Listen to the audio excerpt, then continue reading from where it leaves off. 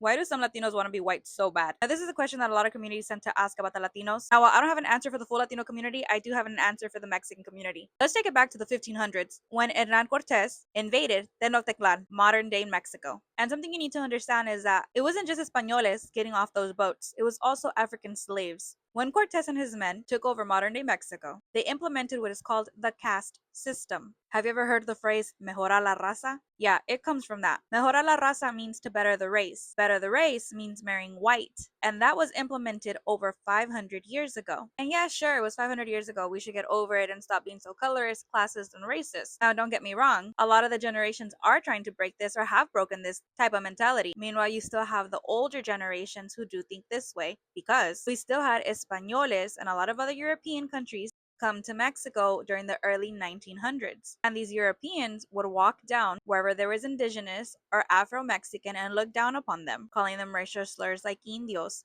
prietos. Have you ever heard indio bajado del cierro? That's a racial slur for our indigenous people because the more indigenous you are, the more away you were from the city, the less class and education you had, and you were considered lower than everybody else. Again, leading back to the caste system, even though it's 500 years later. So, why is this still happening and it's 2025? The older generation of Mexicans did go through a lot of prosecutions. Mexican Repatriation Act that happened in the 1920s, Operation Wetback that happened in the 1940s, the wet lines along with the lettuce protests that happened in the 1960s, and even though time and time we've seen again that Mexicans uniting with the black community gets a lot of things done, it's still part of the system to be racist against anybody that is darker than you. And if you're dark, they teach you to go lighter, to aim to be lighter. So if you marry somebody that's lighter than you or white, you're saved.